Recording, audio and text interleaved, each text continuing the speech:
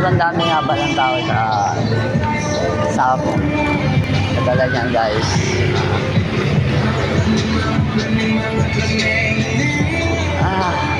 Sobrang init. Ngayon guys, may nakilala naman ako bagong vlogger. Siya po si Melvin Temporal, isang vlogger ng farm. Bebenta po siya ng mga kambing.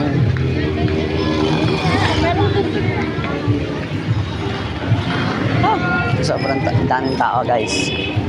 Kung alam niyo lang. Ako nga, pinagpawisan na ako, kakalakbay eh.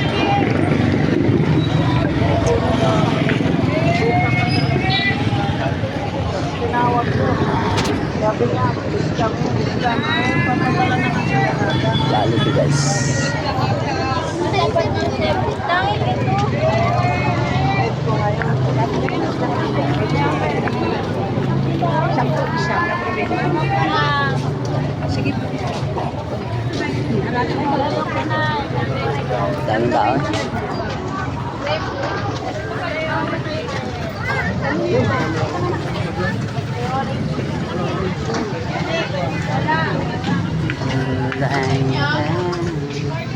Daming tao eh.